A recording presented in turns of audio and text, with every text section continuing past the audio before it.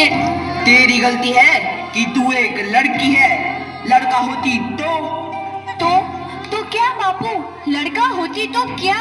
ए लड़की, ज्यादा जबान ना चला, नहीं तो जबान हलक से खींचकर बाहर निकाल दूंगा। बापू, मैं पढ़ लिख कर कुछ बनना चाहती हूँ, मेरी पढ़ाई ना रोको बापू। आनंदी, तुझे पढ़ना है तो पढ़, लेकिन सारी उम्र बाप की छाती पर यूं बोझ बनकर ना बैठ। पर बापू, अभी तो मेरी उम्र पढ़ाई लिखाई की है, मुझे पढ़ लिख कर डॉक्टर बनना है। पढ़ाई पढ़ाई पढ़ाई, आज तो तेरी इन किताबों का काम तमाम करके ही छोड़ूंगा। ये ले। नहीं बापू, मत फाड़ो बापू। छोरी। नहीं बापू, नहीं। बापू, ये तुमने क्या किया? तुमने मेरी इन किताबों को ही नहीं फाड़ा बापू, मेरी किस्मत फाड़ दी, मेरी किस्मत। ये कॉपी किताबें ना सिर्फ छोरों के हाथ में अच्छी लगती है, लड़कियों के हाथ में तो सिर्फ मेहंदी अच्छी लगती है, मेहंदी।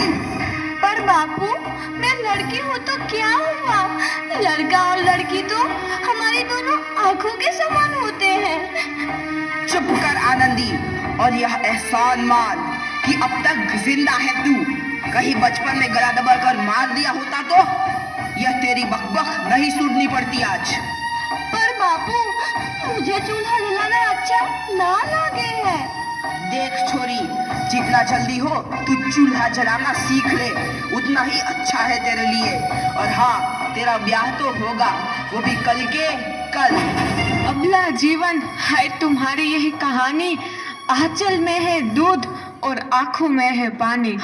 मुझे माफ कर दे बेटी, तेरे बापू के जिद के आगे मेरी एक न चलेगी। माफ कर दे बेटी, मुझे माफ कर दे। इस प्रकार मात्र 9 वर्ष की छोटी उम्र में आनंदी का विवाह गोपाल राव जोशी से हो गया। बाल विवाह एक सामाजिक कुरीति है और इस कुप्रथा का शिकार होना पड़ा आनंदी को। 5 वर्ष बाद आनंदी 14 साल की हो गई है। उसके घर एक शिशु ने जन्म लिया है। देखते हैं आगे क्या हुआ।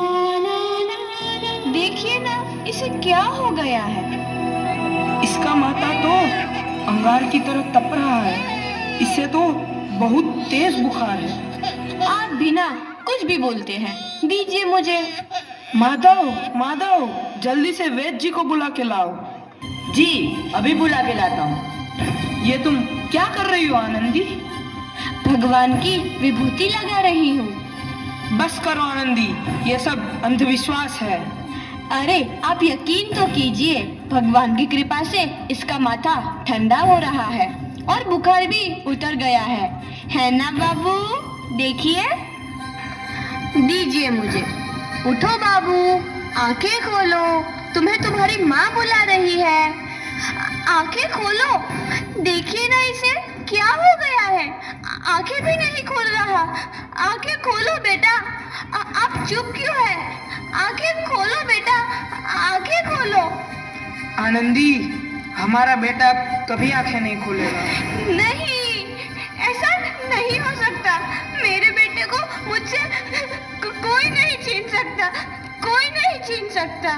पागल मत बनो आनंदी। माधव,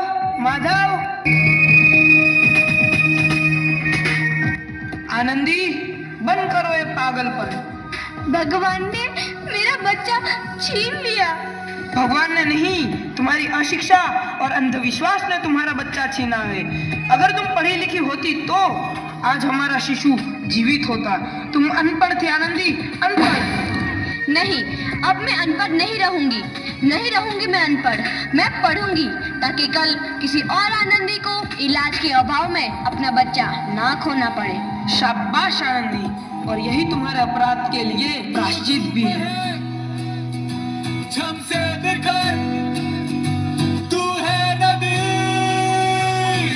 आनंदी, तुम्हारी 12वीं का परिणाम आ गया है। तुमने पूरे कॉलेज में प्रथम स्थान अर्जित किया है।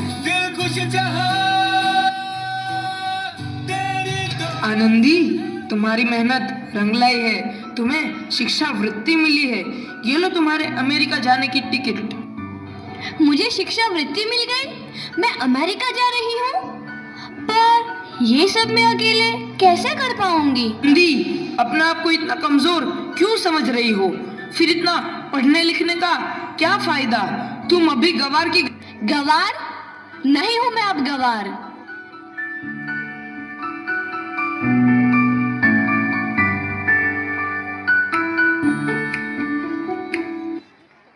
तो इस प्रकार 7 अप्रैल 1883 को आनंदी अमेरिका के पेंसिल्वेनिया के लिए रवाना हुई और 3 साल बाद उन्होंने डॉक्टर ऑफ मेडिसिन की उपाधि प्राप्त कर ली।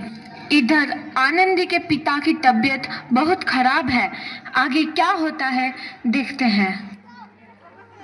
लगता है अब मेरे जाने का समय आ चुका है। अब मैं नहीं बचूंगा। ऐसा मत बोलो। शहर के सिटी हॉस्पिटल में अमेरिका से डिग्री लेकर कोई बड़ा डॉक्टर आया है। एक बार वहां चलकर दिखा लेते हैं। हाँ सही बोला भैया, कम से कम दिल को तसल्ली तो मिल जाएगी। हाँ हाँ, चलो चलो जल्दी हॉस्पिटल चलते हैं।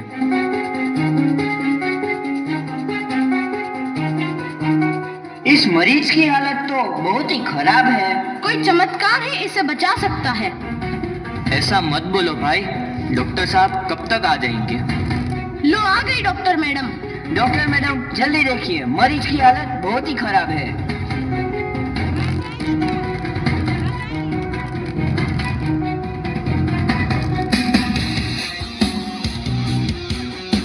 अब आप बिल्कुल ठीक हैं।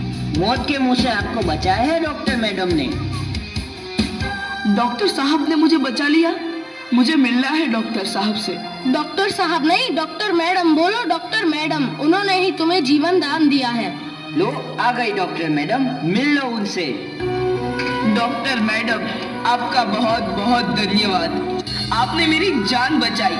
इसके बदले में मैं गरीब भला आपको क्या दे सकता हूँ? वचन चाहिए मुझे कि कभी ये नहीं कहोगे कि लड़कियां कुछ नहीं कर सकती। वचन? ये कैसा वचन? अरे श्यामलाल, तुमने पहचाना नहीं? तुम्हारी बेटी आनंदी। आनंदी? मेरी बेटी आनंदी डॉक्टर? हाँ बापू, वही आनंदी जिसके लिए बचपन में तूने चूल्हा और दुल्हा के अलावा कुछ नहीं सोचा था। आनंदी, आनंदी मेरी बेटी, मुझे माफ कर दे। मैं तेरा गुनहगार हूँ बेटी। नहीं नहीं बापू, वही आनंदी जिसके हाथ पीले करके तुम उसकी सारी जिंदगी काला कर देना चाहते थे।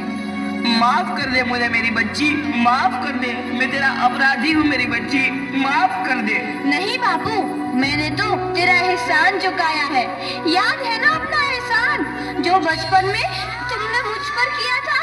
ताने सुना सुना कर जीते जी मार डाला था मुझको। अब बोल, और किस किस को मारेगा?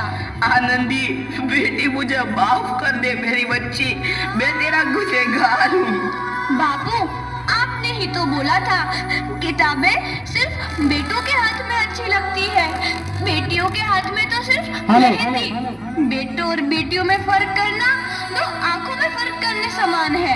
एक का पढ़ना और दूसरे का ना पढ़ना सामाजिक अंधकार है बापू, सामाजिक अंधकार। उपकार मांगता हूँ मैं तुझ जैसी बेटी का, जिसने सारी उम्र मुझसे कुछ ना मांगा तो सिर्फ बराबरी का दर्जा।